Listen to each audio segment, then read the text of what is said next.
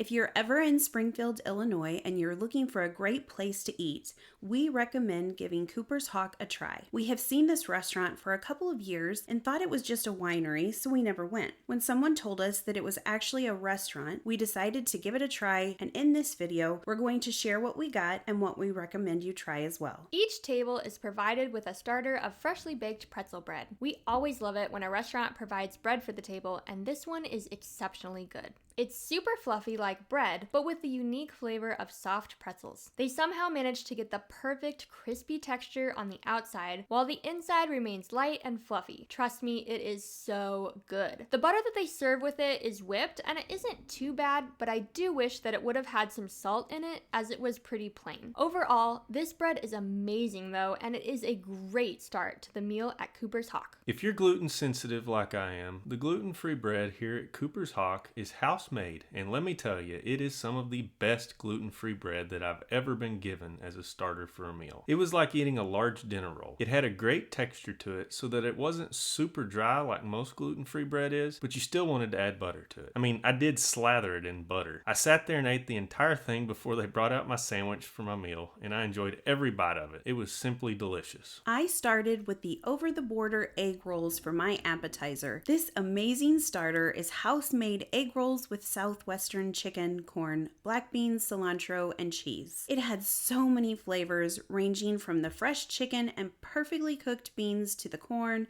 and all the southwestern seasonings. It was the perfect balance of crispy on the outside and creamy on the inside. Included with this appetizer were 3 different dipping sauces: tomatillo salsa, cilantro ranch, and cashew. I didn't know which sauce was which when I started trying them. However, the green sauce, as I affectionately referred to it, was amazing. It had a sweet hint to it that took the already delicious egg rolls and made them even better. Hands down, this was one of the best dipping sauces I've ever had, and it complemented the egg rolls to perfection. This was definitely my favorite thing that I ate. It was incredible, and the next time we go back, I will order this as my meal. They are the best southwestern egg rolls I have ever had. For my appetizer, I ordered the crispy Brussels sprouts with cashews, mint, sweet Thai chili, and sesame sriracha aioli. I'm a big fan of Brussels sprouts, so I was excited to try Cooper Hawk's take on them. I must say, I was a little disappointed. They were just okay. The Brussels sprouts themselves were very undercooked, making them chewy and difficult to eat. There were a lot of cashews, and you could really pick up their flavor, and the sweet Thai chili and the sesame sriracha aioli tasted really good and complemented the dish. The toasted parts of the Brussels sprouts were very good. I just wish the entire appetizer was cooked a little longer. Overall, the flavors were good, but I've definitely had better Brussels sprouts. I am a sucker for great pot stickers, so I decided to try their chicken pot sticker appetizer. There were 6 pot stickers, and they came with a ginger soy sauce. The outsides were fried perfectly golden and had a great texture. I dipped them in the soy sauce, and there was an incredible amount of flavor in that first bite. The sauce was tangy and had a slightly spicy kick as well. The chicken inside the pot stickers wasn't very strong, and I really liked how the outsides were slightly crunchy, and the overall flavor was amazing. They were so good. I really liked them, and you've got to try them. All right, now that we've shared about our appetizers, let's move on to our main entrees. For my main course, I ordered the gnocchi carbonara, which came with pancetta, chicken, sage, and peas in a Parmesan garlic cream sauce. The gnocchi was cooked perfectly, and the chicken was nice and juicy, and the entire dish had a good creamy texture to it.